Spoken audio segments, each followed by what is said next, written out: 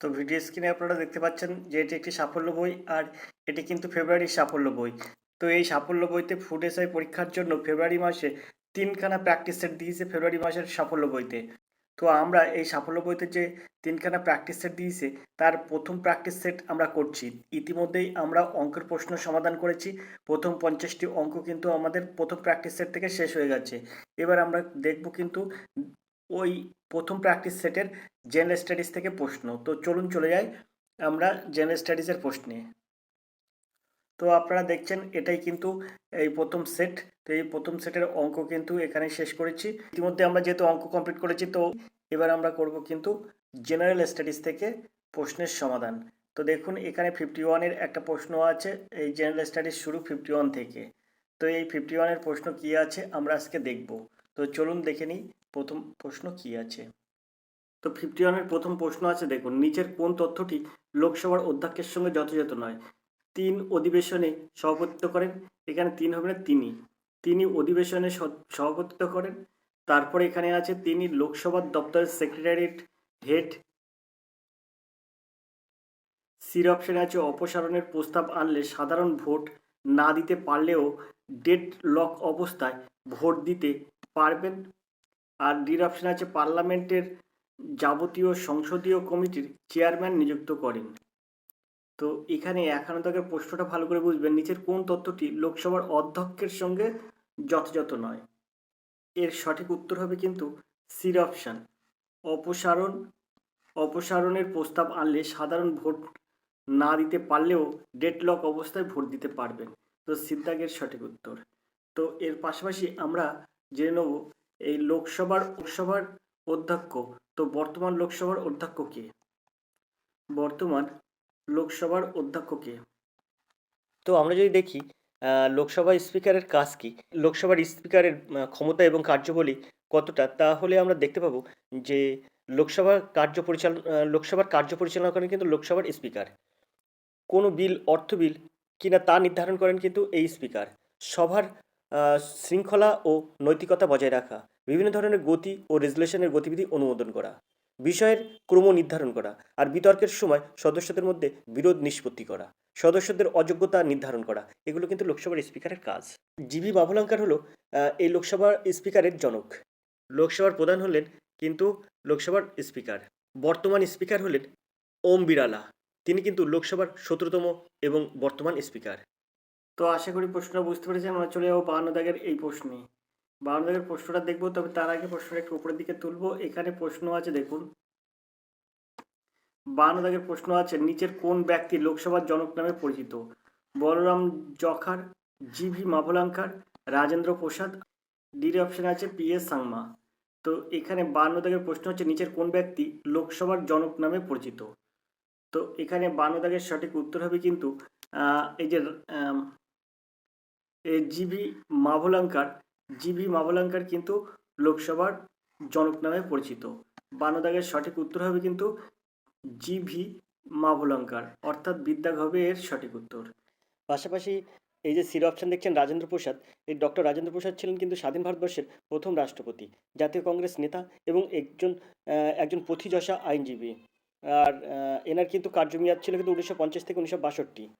তো আমরা প্রথমে লোকসভা সম্বন্ধে কিছু জেনে রাখি। তো লোকসভা হলো ভারতের দ্বিকক্ষ বিশিষ্ট সংসদের নিম্নকক্ষ। সংবিধানের ধারা 81 এর অধীনে লোকসভা গঠিত হয়।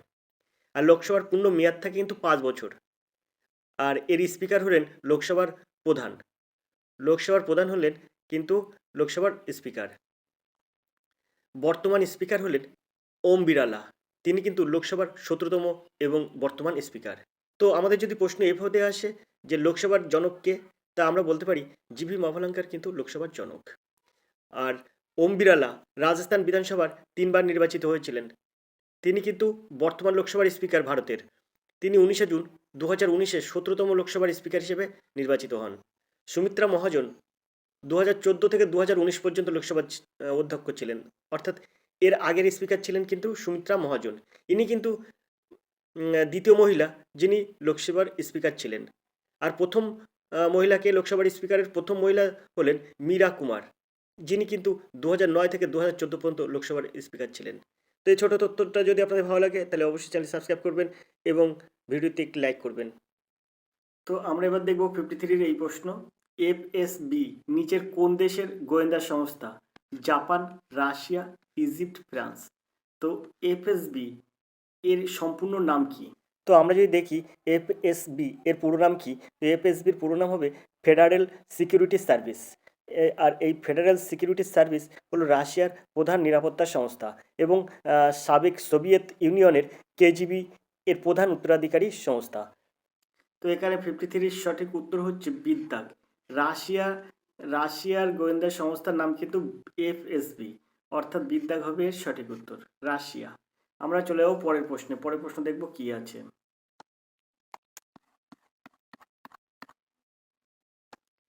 54-এর প্রশ্ন আছে, জার্মানির সংসদের নাম কি? কংগ্রেস, মজলিস, বুন্ডেস্টাগ আর নেসেট। তো এখানে আপনি অবশ্যই জানেন জার্মানির সংসদের নাম কি। তো আপনারা এটা কিন্তু আশা করি সবাই জানেন যে জার্মানির সংসদের নাম কি। তো এখানে জার্মানির সংসদের নাম কিন্তু হবে বুন্ডেস্ট্যাগ, অর্থাৎ সিদ্ধাগের সঠিক উত্তর বুন্ডেস্ট্যাগ। পাশাপাশি এর অপশানে যে আছে এই কংগ্রেস কাদের সংসদের নাম? তো এটা কিন্তু চীনের সংসদের নাম কংগ্রেস। এছাড়াও কিন্তু যুক্তরাষ্ট্রের সংসদের নাম হচ্ছে কংগ্রেস। এর বির অপশানে আছে যে মজলিসটা কাদের সংসদের নাম? এটা কিন্তু মালয়েশিয়ার সংসদের নাম কিন্তু মজলিস। আর এই যে ডির অপশানে আছে নেসেট কাদের সংসদ? এটা কিন্তু ইসরায়েলের সংসদের নাম হচ্ছে নেসেট। চলে যাবো আমরা পঞ্চম দাগের এই প্রশ্নে। ফুগডি ভারতের কোন রাজ্যের লোকনৃত্য? উড়িষ্যা, গোয়া, অন্ধ্রপ্রদেশ আর কেরালা। তো এখানে 55 দাগের সঠিক উত্তর কি হবে? তো এর সঠিক উত্তর হবে কিন্তু বিদ্যাগ। গোয়ার লোকনৃত্যর নাম কিন্তু ফুগডি। এছাড়া এই যে দেখছেন এই অপশানে আছে উড়িষ্যা। এই উড়িষ্যার লোকনৃত্যের নাম কিন্তু দলখাই হচ্ছে উড়িষ্যার জনপ্রিয় একটি লোকনৃত্য। এটা কিন্তু উড়িষ্যার সম্বলপুর জেলা থেকে এই দলখাই নৃত্যের উৎপত্তি হয়েছে। এছাড়াও উড়িষ্যার আরও কিছু জনপ্রিয় নৃত্য হচ্ছে ওড়িশি নাচ, ছৌ নাচ, চৈতি ঘোড়া, ডান্ডা নাটা, তারপর মেধা নাচা, তারপরে আপনার আছে চাঙ্গু নাচা, কারমা নাচ, এইসবগুলো কিন্তু উড়িষ্যার লোকনৃত্যের মধ্যে পড়ে। এছাড়াও সি অপশানে যা আছে অন্ধ্রপ্রদেশ, এই অন্ধ্রপ্রদেশের লোকনৃত্য নাম কিন্তু কুচিপুড়ি। এটা কিন্তু বিখ্যাত কুচিপুড়ি কিন্তু এই অন্ধ্রপ্রদেশের লোকনৃত্যের নাম। এছাড়া কিন্তু আছে অন্ধ্রপ্রদেশে আরও কিছু লোকনৃত্য আছে, সেগুলো হচ্ছে মাথুরি, তারপরে আছে আপনার ধামাল, তারপরে আছে আপনার ধিমসা, বানলু, তারপরে আছে কোট্টাম। এসবগুলো কিন্তু অন্ধ্রপ্রদেশের লোকনৃত্য। এছাড়াও কিন্তু ডির অপশান যে কেরালা আছে, কেরালার বিখ্যাত লোকনৃত্য হচ্ছে মোহিনী অট্টম এবং কথাকলি। এ দুটি কিন্তু বিখ্যাত লোকনৃত্য কেরালার। এছাড়াও আছে কিন্তু দাসী লোকনৃত্য আছে, তারপরে আছে আপনার পান্না, তারপরে আছে কৃষ্ণনাট্যম, তাছাড়া আছে কিন্তু থুম্পি, থুল্লাল। এগুলো কিন্তু আপনার কেরালার লোকনৃত্য। তো আমরা চলে যাবো 56 দাগের এই প্রশ্নে। চারবাগ থিয়েটার গ্রুপটির প্রতিষ্ঠাতা কে? কৌশিক সেন, উৎপল দত্ত, জোসন দস্তিদার আর দেবাশিস চট্টোপাধ্যায়। তো এখানে 56-এর সঠিক উত্তর কী হবে? চারবাগ থিয়েটারের গ্রুপটির প্রতিষ্ঠাতা কে? তো এখানে 56 দাগের সঠিক উত্তর কী হবে? 56 দাগের সঠিক উত্তর হবে কিন্তু জোসন দস্তিদার, অর্থাৎ সিদ্ধাগ হবে এর সঠিক উত্তর। জোসন দস্তিদার কিন্তু চারবাগ থিয়েটার গ্রুপের প্রতিষ্ঠাতা।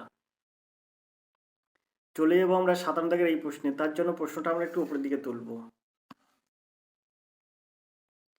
57 দাগের প্রশ্ন আছে, দেখুন, অপরাজিতা দেবী ছদ্মনামে কে পরিচিত? রাজারানী দেবী।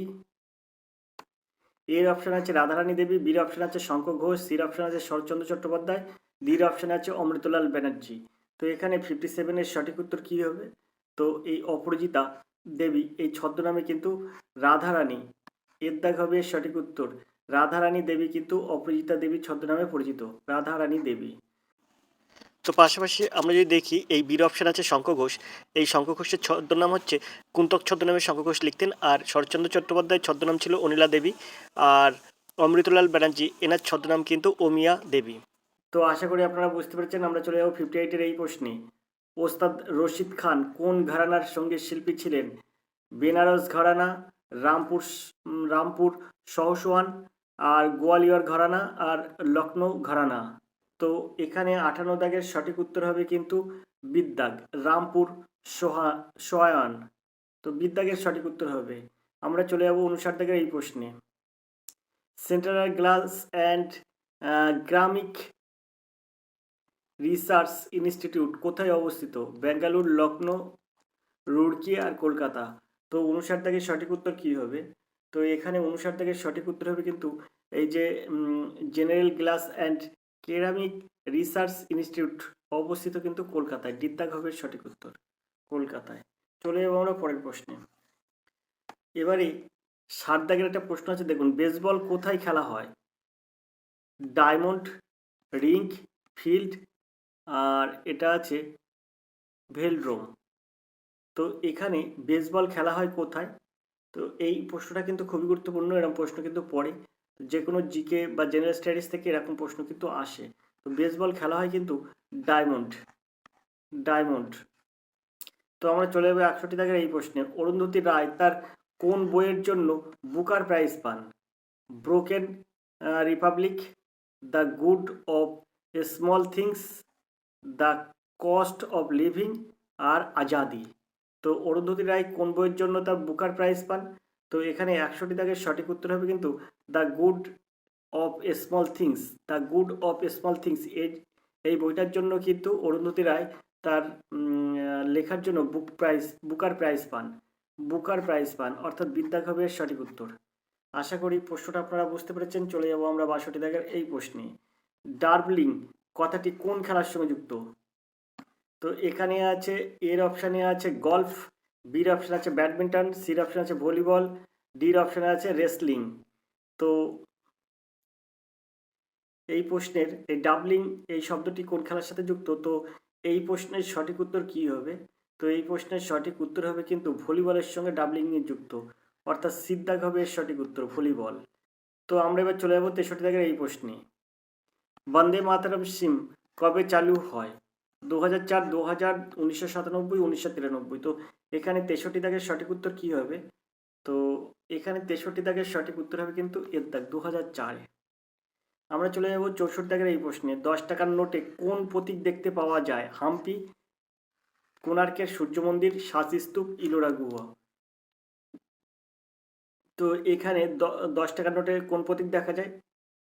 তো 64 দাগের সঠিক উত্তর হবে কিন্তু কোণার্কের সূর্য মন্দির দেখা যায় কিন্তু 10 টাকার নোটে। 10 টাকার নোটে কোণার্কের সূর্য মন্দির দেখা যায়। ছবিতে অবশ্যই আপনারা দেখতে পাচ্ছেন যে কোণার্কের সূর্য মন্দির এই 10 টাকার নোটে দেখা যাচ্ছে। তো আশা করি আপনারা বুঝতে পারছেন। অবশ্যই 65 দাগের এই প্রশ্নে, তার জন্য প্রশ্নটা আমরা একটু উপরের দিকে তুলব। 65 দাগের প্রশ্ন আছে, দেখুন, ভারতের প্রথম মহিলা সংসদের সদস্যকে? নার্গিস, তারপরে আছে ভায়োলেট আলভা, রাধাভাই সুব্রায়ন, আন্না জর্জ। তো এখানে 65 দাগের সঠিক উত্তর কি হবে? তো রাধাভাই সুবায়ান, সিদ্ধাগবের সঠিক উত্তর রাধাভাই সুবায়ান, ভারতের প্রথম মহিলা সংসদ, সিদ্ধাগবের সঠিক উত্তর। আমরা চলে যাবো 66 দাগের এই প্রশ্নে। লালবাগ ভারতের কোথায় অবস্থিত? দিল্লি, বেঙ্গালুরু, অমৃতসর, গোয়ালিয়র। তো এখানে 66 দাগের সঠিক উত্তর কি হবে? লালবাগ কোথায় অবস্থিত? তো এটা কিন্তু লালবাগ অবস্থিত কিন্তু বেঙ্গালুরে, কিন্তু লালবাগ অবস্থিত বেঙ্গালুরে, ভারতের বেঙ্গালুরে কিন্তু লালবাগ অবস্থিত। আমরা চলে যাবো 67 দাগের এই প্রশ্নে। ইউনো এর ইন্টারন্যাশনাল কোর্ট অফ জাস্টিস এ বিচারপতিরা কত বছরের জন্য নিযুক্ত হন? 3 বছর, 5 বছর, 9 বছর, 15 বছর। তো এখানে 67 দাগের সঠিক উত্তর কি হবে? তো এখানে 67 দাগের সঠিক উত্তর হবে কিন্তু ইউনো এর ইন্টারন্যাশনাল কোর্ট অফ জাস্টিস এর বিচারপতিরা কত বছরের জন্য নিযুক্ত হন? তো এর সঠিক উত্তর হবে সিদ্ধাক 9 বছরের জন্য, 9 বছরের জন্য কিন্তু নিযুক্ত হন। আমরা চলে যাব 68 দাগের এই প্রশ্নে, তার জন্য প্রশ্নটা একটু উপরের দিকে তুলব। 68 দাগের প্রশ্ন আছে, দেখুন, সাথিয়া ভারতের কোন রাজ্যের চিত্রকলা? বিহার, রাজস্থান, উত্তরপ্রদেশ, গুজরাট। তো এখানে 68 দাগের সঠিক উত্তর কি হবে? তো 68 দাগের সঠিক উত্তর হবে কিন্তু ডি দাগ, গুজরাটের। সাথিয়া ভারতের কোন রাজ্যের চিত্রকলা? এটা কিন্তু গুজরাটের চিত্রকলা, গুজরাট। তো আমরা এবার চলে যাবো 69 দাগের এই প্রশ্নে। নিজের কোন ব্যক্তি রাজশ্রী নামে পরিচিত? পুরুষোত্তম দাস ট্যান্ডন, রবিশঙ্কর মহারাজ, জগজীবন রাম আর শেখ আবদুল্লাহ। এর মধ্যে কে রাজশ্রী নামে পরিচিত? তো 69 দাগের সঠিক উত্তর কি হবে? তো 69 দাগের সঠিক উত্তর হবে কিন্তু পুরুষোত্তম দাস ট্যান্ডন, ইনি কিন্তু রাজশ্রী নামে পরিচিত, এর দাগ হবে এর সঠিক উত্তর। চলে যাবো 70 দাগের এই প্রশ্নে। কলকাতার জাতীয় পাঠাগার কবে স্থাপন করা হয়? তো 1947, 1948। তো 70 দাগের আরও অপশান আছে, তবে ওই পেজে। এখানে প্রশ্নটা কিন্তু কলকাতার জাতীয় পাঠাগার কবে স্থাপন হয়? 1947, 1947, 1984। তো এখানে এ দুটো হবে না। জাতীয় পাঠাগার কবে প্রতিষ্ঠিত হয়? তো ওই পাশে কি অপশান আছে আমরা দেখব। কলকাতার জাতীয় পাঠাগার কিন্তু 1954 আছে, 1948 আছে। তো এখানে হবে 1948 সালে কিন্তু জাতীয় পাঠাগার কিন্তু 1948 সালে হয়। তো আমরা এর সঠিক উত্তর হবে ডি দাগ। তো আমরা চলে যাবো 71 দাগের এই প্রশ্নে। বায়ু কি ধরনের রাসায়নিক পদার্থ? মৌলিক পদার্থ, যৌগিক পদার্থ, সমসত্ব মিশ্রণ কোনটিই নয়। তো আমরা সেই ছোটবেলা থেকে পড়ে আসছি যে বায়ু একটি মিশ্র পদার্থ। তো এখানে আছে সমসত্ব মিশ্রণ, তো অর্থাৎ সি দাগ হবে সঠিক উত্তর। সি, বায়ু একটি সমসত্ব মিশ্রণ। তো আমরা চলে যাবো 72 দাগের এই প্রশ্নে। 72 দাগের যে প্রশ্নটা আছে সে প্রশ্ন হচ্ছে পৃষ্ঠটানের মাত্রা কত? তো এখানে এগুলো সব দেওয়া আছে, সংকেতগুলো দেওয়া আছে। তো 72 দাগের সঠিক উত্তর কি হবে? তো এই সংকেতটা হবে কিন্তু পৃষ্ঠটানের মাত্রার সংকেত। এই যে বিদ্যাগ হবে সঠিক উত্তর, M1 L0 T-2, অর্থাৎ বিদ্যাগ হবে সঠিক উত্তর। এটা ক্লাস 10 বইতে ভালোভাবে দেওয়া আছে। তো 74 দাগের প্রশ্ন আছে, ভারত ছাড়ো স্লোগানটি কে প্রথম বলেন? মহাত্মা গান্ধী, জওহরলাল নেহরু, ইউসুফ মেহের আলী আর অরুণা আসফ আলী। তো ভারত ছাড়ো এই কথাটি প্রথম কে বলেন? তো ইনি বলেন কিন্তু ইউসুফ মেহের আলী, ইনি কিন্তু প্রথমে ভারত ছাড়ো এই স্লোগানটি বলেন। ইউসুফ মেহের আলী, অর্থাৎ সিদ্ধাক হবে এর সঠিক উত্তর, ইউসুফ মেহের আলী। এবার আমরা চলে যাব 75 দাগের প্রশ্নে। 75 দাগের প্রশ্ন আছে দেখুন, পার্লামেন্টের পাবলিক অ্যাকাউন্ট কমিটিতে লোকসভা থেকে কতজন সদস্য থাকে?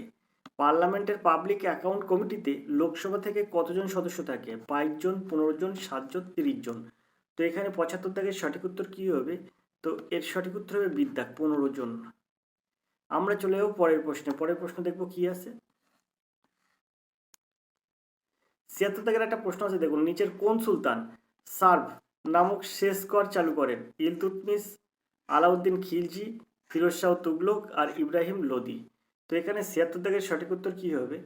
তো এই 76 দাগের সঠিক উত্তর হবে কিন্তু এই বলছে নিচের কোন সুলতান সার্ভ নামক শেষ চালু করেন? তো এর সঠিক উত্তর হবে কিন্তু ফিরোজ শাহ তুগলক। সিদ্ধাক হবে এর সঠিক উত্তর, ফিরোজ শাহ তুগলক। চলে যাবো আমরা 77 দাগের এই প্রশ্নে। বাদল স্তম্ভ লিপি থেকে পাল বংশের কোন রাজার সম্পর্ক জানা যায়? দেবপাল, ধর্মপাল, গোপাল আর দ্বিতীয় মহিপাল। তো এখানে বাদল স্তম্ভ লিপি থেকে পাল বংশের কোন রাজার সম্পর্কে জানা যায়? বাদল স্তম্ভ লিপি থেকে পাল বংশের কোন রাজা সম্পর্কে জানা যায়?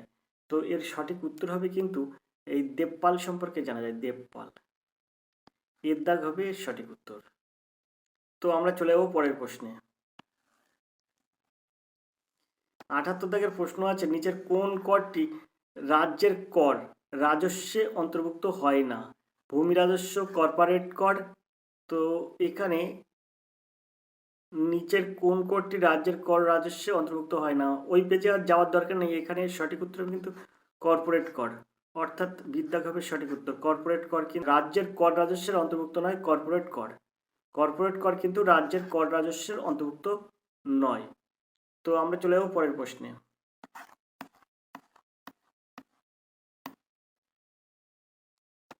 79 প্রশ্নটা দেখব, FEMA আইন কত সালে কার্যকারী হয়?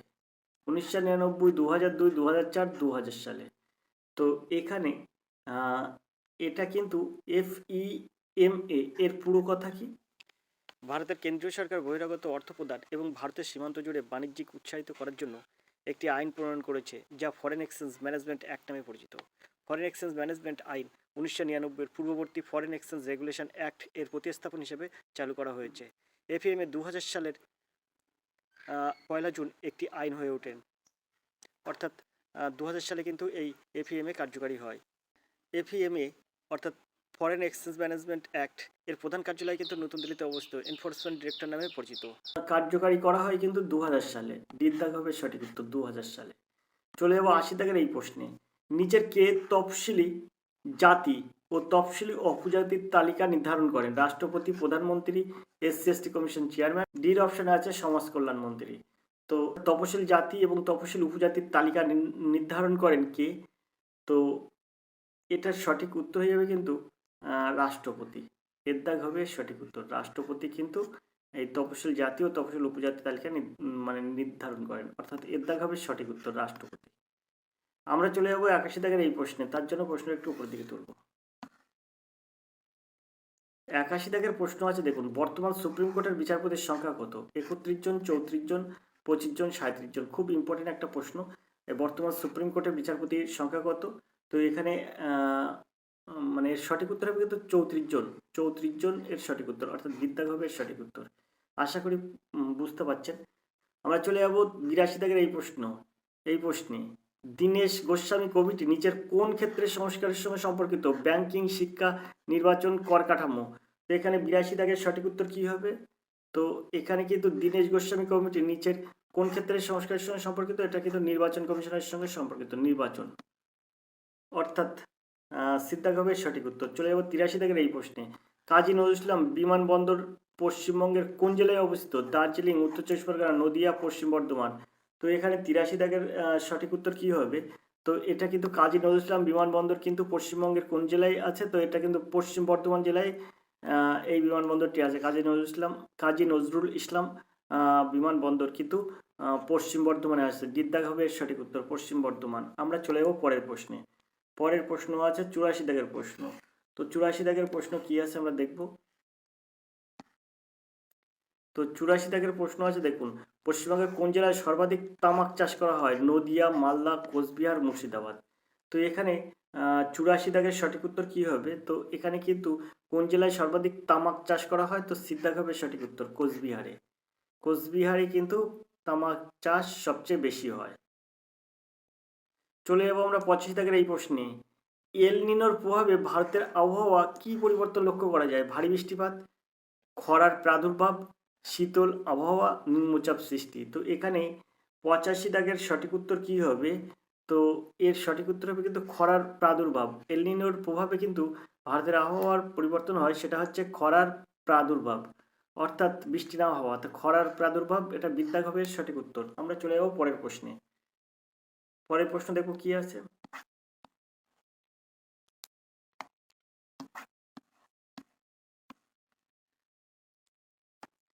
প্রশ্ন আছে দেখুন 86 দাগের প্রশ্ন,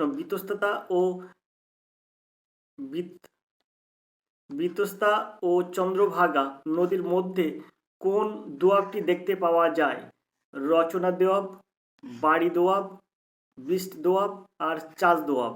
বিতস্ততা ও চন্দ্রভাগা এই নদীর মধ্যে কোন দোয়াবটি দেখতে পাওয়া যায়? এই দুটি নদীর মধ্যে কোন দোয়াবটি দেখতে পাওয়া যায়? তো এখানে এটার কিন্তু সঠিক উত্তর হবে কিন্তু চাষ দোয়াব দেখতে পাওয়া যায়। ডিদ্দাগ হবে সঠিক উত্তর। 86 দাগের সঠিক উত্তর হচ্ছে ডিদ্দাগ। আমরা চলে যাবো 87 দাগের এই প্রশ্নে, গেটওয়ে অফ ইন্ডিয়া এর ভূপতিকার কোন ব্যক্তি? এডন লুটেন্স, জর্জ উটেট, চার্লস ব্যারি। ডির অপশন আছে হারবার্ট বেকার। তো 87 দাগের সঠিক উত্তর কি হবে? তো এর সঠিক উত্তর হবে কিন্তু জর্জ উইটেট, অর্থাৎ বিদ্যাগ হবে সঠিক উত্তর, জর্জ উইটেট।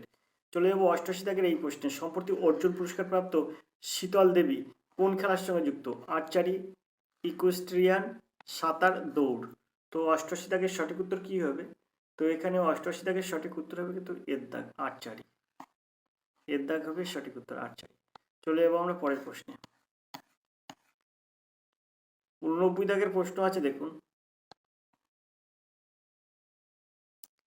89 দাগের প্রশ্ন আছে, সম্প্রতি পুনরায় বাংলাদেশের প্রধানমন্ত্রীর পদে নির্বাচিত হয়েছেন শেখ হাসিনা। ইনি কোন দল থেকে নির্বাচিত হয়েছেন? আওয়ামী লীগ, জাতীয় পার্টি, বাংলাদেশ কমিউনিস্ট পার্টি আর গণফ্রম। তো ইনি কিন্তু আওয়ামী লীগ পার্টির থেকে কিন্তু মন্ত্রী হয়েছেন, অর্থাৎ এর দাগ হবে এর সঠিক উত্তর। তো 89 দাগের সঠিক উত্তর হবে কিন্তু এর দাগ, আওয়ামী লীগ। আমরা চলে যাব 90 দাগের প্রশ্নে, সম্প্রতি ভারতের কোন রাজ্যে মালকানগির বিমানবন্দরের উদ্বোধন করা হলো? ঝাড়খণ্ড, উড়িষ্যা, কর্ণাটক, মধ্যপ্রদেশ। মালকানগিরি বিমানবন্দর কোন রাজ্যে করা হয়েছে? তো এখানে মানে করা হয়েছে কিন্তু এটা কিন্তু উড়িষ্যা রাজ্যে করা হয়েছে, উড়িষ্যা রাজ্যে। বিদ্যাঘবের সঠিক উত্তর। তো আমরা এবার চলে যাব 91 দাগের এই প্রশ্নে। সম্প্রতি এশিয়ান ডেভেলপমেন্ট ব্যাংক এ এক্সিকিউটিভ ডিরেক্টর পদে নির্বাচিত হলেন মনোজ ঝা, বিকাশশীল, অমিতা নারিন আর Narendra Das. Asian Development Bank এ এক্সিকিউটিভ ডিরেক্টর পদে নিযুক্ত হলেন কে? তো এখানে 91 দাগের সঠিক উত্তর কি হবে? তো এখানে 91 দাগের সঠিক উত্তর হবে কিন্তু বিকাশশীল। বিদ্যাঘবের সঠিক উত্তর বিকাশশীল। আমরা চলে যাবো পরের প্রশ্নে। 92 দাগের প্রশ্ন আছে দেখুন, 2023 সালে স্বচ্ছ সুরক্ষা অ্যাওয়ার্ড পেল কোন শহর? গুজরাট, ইন্দোর, রাঁচি, এ ও বি দুটোই, মানে গুজরাট এবং ইন্দোর দুটোই। তো 2023 সালে সুরক্ষা অ্যাওয়ার্ড পেল কোন দেশ, কোন শহর, কোন শহর? তো এখানে 92 দাগের সঠিক উত্তর কি হবে? তো এটা কিন্তু এই শহরটি হবে কিন্তু গুজরাট এবং ইন্দোর দুটোই কিন্তু হবে, গুজরাট এবং ইন্দোর। এই ডির অপশানে আছে এ ও বি দুটোই, তো এখানে কিন্তু এর সঠিক উত্তর হবে ডির দাগ। চলে যাবো আমরা পরের প্রশ্নে। পরের প্রশ্ন দেখবো কি আছে।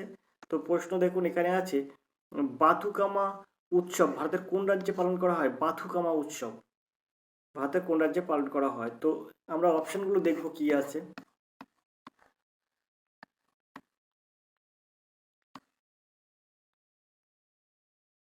তো এখানে অপশানে প্রথমে আছে এ তেলেঙ্গানা, বি কেরালা, সি আছে মণিপুর, ডি আছে মহারাষ্ট্র।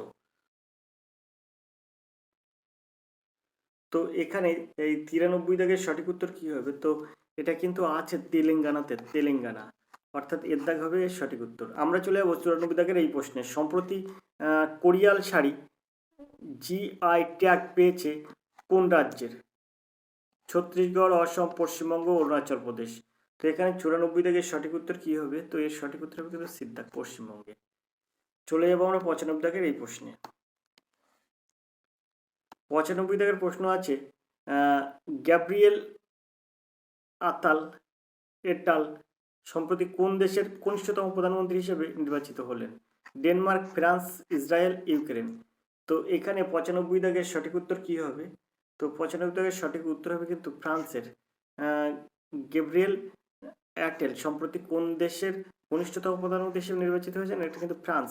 বিদ্যাঘ হবে সঠিক উত্তর, ফ্রান্সের প্রধানমন্ত্রী। আমরা চলে যাবো 96 দাগের এই প্রশ্নে। মানব শরীরের হৃৎপিণ্ডের স্বাভাবিক পেসমেকার হলো এসএ নোড, এভি নোড, হৃৎপেশি আর পেরিকার্ডিয়াম। তো এখানে 96 দাগের সঠিক উত্তর কি হবে? তো 96 দাগের সঠিক উত্তর হবে কিন্তু এখানে এসএ নোড, এসএ নোড, এর দাগ হবে এর সঠিক উত্তর, এসএ নোড। আমরা চলে যাবো 97 দাগের এই প্রশ্নে। তো তার জন্য প্রশ্নটা আমরা একটু উপরের দিকে তুলবো। তো 97 দাগের প্রশ্ন আছে দেখুন, আর্টিফিশিয়াল শ্বসনে সিলিন্ডারে কোন গ্যাস থাকে? অক্সিজেন ও হাইড্রোজেন, হিলিয়াম ও অক্সিজেন, হিলিয়াম ও হাইড্রোজেন, অক্সিজেন ও কার্বন ডাইঅক্সাইড। তো এখানে 97 দাগের সঠিক উত্তর কি হবে? তো এর সঠিক উত্তর হবে কিন্তু হিলিয়াম ও অক্সিজেন। কিন্তু আর্টিফিশিয়াল শ্বসনের সিলিন্ডারে কোন গ্যাস থাকে? তো হিলিয়াম ও অক্সিজেন, অর্থাৎ বিদ্যাক হবে এর সঠিক উত্তর, হিলিয়াম ও অক্সিজেন থাকে। আমরা চলে যাব 98 দাগের এই প্রশ্নে। সাদা সোনা নামে পরিচিত রূপা, প্লাটিনাম, পারদ, স্টিল। তো এখানে 98 দাগের সঠিক উত্তর কি হবে? তো এর সঠিক উত্তর হবে কিন্তু প্লাটিনামকে বলা হয় সাদা সোনা, প্লাটিনাম। বিদ্যাগ হবে সঠিক উত্তর। আশা করি আপনারা বুঝতে পারছেন। চলে যাব 99 দাগের প্রশ্নে। দ্রবণের লবণাক্ত পরিমাপ করা হয় কোন যন্ত্রের মাধ্যমে? কোয়াড্রান্ট, স্পেরোমিটার, হাইড্রোমিটার আর সেলিনোমিটার। তো এখানে 99 দাগের সঠিক উত্তর কি হবে? তো এখানে দ্রবণের লবণাক্ত পরিমাপ করা হয় কোন যন্ত্রের সাহায্যে? তো এর সঠিক উত্তর হবে ডির দাগ, সেলিনোমিটার, সেলিনোমিটার যন্ত্র। তো 99 দাগের সঠিক উত্তর হবে কিন্তু ডির দাগ। আমরা চলে যাব পরের প্রশ্নে। 100 দাগের প্রশ্ন। এই প্রশ্নটা কিন্তু জেনারেল স্টাডিজ থেকে এই প্র্যাকটিস সেটের জন্য শেষ প্রশ্ন। 100 দাগের প্রশ্ন আছে, তত্ত্বের অধিকার আইন কত সালে চালু হয়? 2000 সালে, 2002, 2004, 2005। তো এখানে 100 দাগের সঠিক উত্তর হবে কিন্তু 2005 সালে কিন্তু তত্ত্বের আইন। এই যে বলছেন তত্ত্বের অধিকার আইন কত সালে চালু হয়? তত্ত্বের অধিকার আইন কিন্তু 2005 সালে চালু হয়, 2005 সালে। ডির দাগ হবে সঠিক উত্তর, 2005 সালে।